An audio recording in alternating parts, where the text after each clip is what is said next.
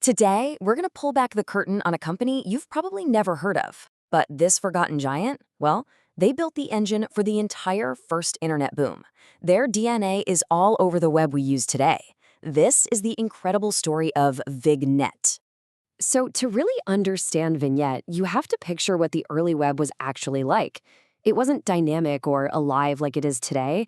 It was more like a static digital museum. Every single page, every update, every comma, it had to be manually chiseled into HTML by a developer. Just imagine trying to run a modern news website that way. It was totally, completely unsustainable.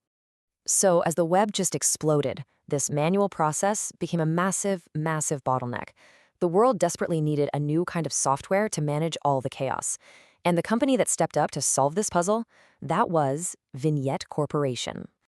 What's so wild about this story is that Vignette's journey didn't start with some brilliant line of code. Nope. It began with one of the most unorthodox founding stories in all of tech. Think about it. For any major company back then, a simple redesign meant a whole team of developers had to manually open and edit thousands, maybe tens of thousands of individual files. It was slow, it was crazy expensive, and honestly, it was a complete nightmare to manage. So the founders, Ross Garber and Neil Weber, they started their company with, get this, no product.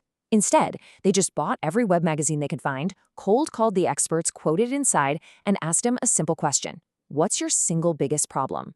And the answer was unanimous. Then, in a move of pure genius, they acquired a ready-made content system from CNET for a third of their company, basically saving themselves years of development time. Here it is. This was their core innovation. See, before Vignette, the content of a web page, all the text, the images, it was permanently locked inside the design code. Vignette's breakthrough was to completely separate the what from the how it looks. Their software, which they called Story Server, it worked in 3 really simple steps. First, all your articles and images were stored in a database. Second, you created just one single design template. And third, when a visitor came to your site, the server would instantly pour the right content into that template. A site-wide redesign now meant changing just one file. It was absolutely revolutionary. With this incredible technology, Vignette was perfectly positioned for the absolute mania of the dot-com bubble. They were just playing the game, they were actually enabling the entire gold rush.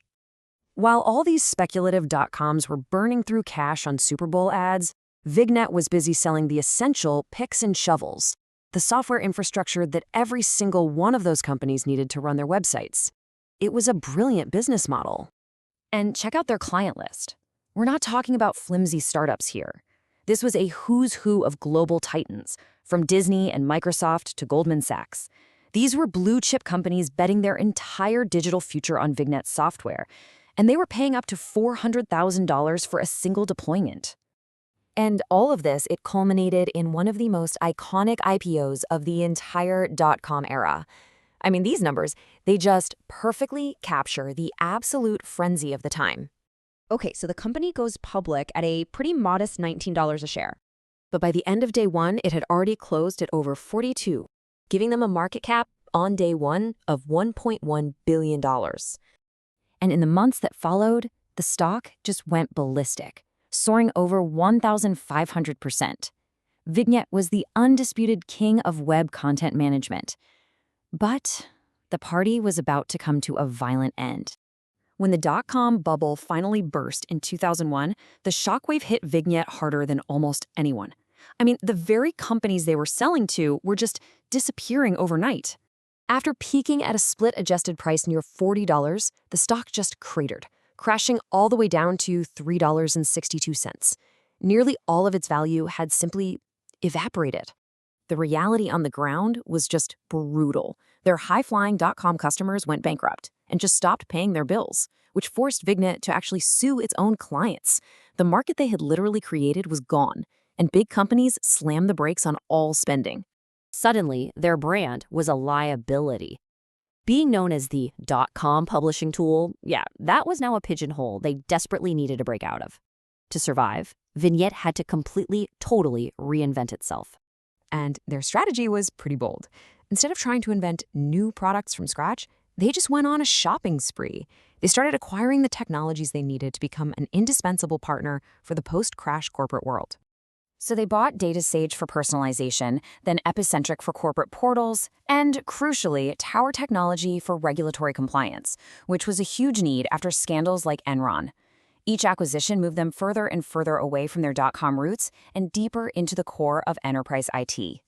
Now, Vignette was eventually acquired by OpenText back in 2009, but the company's real legacy, it isn't its sales price.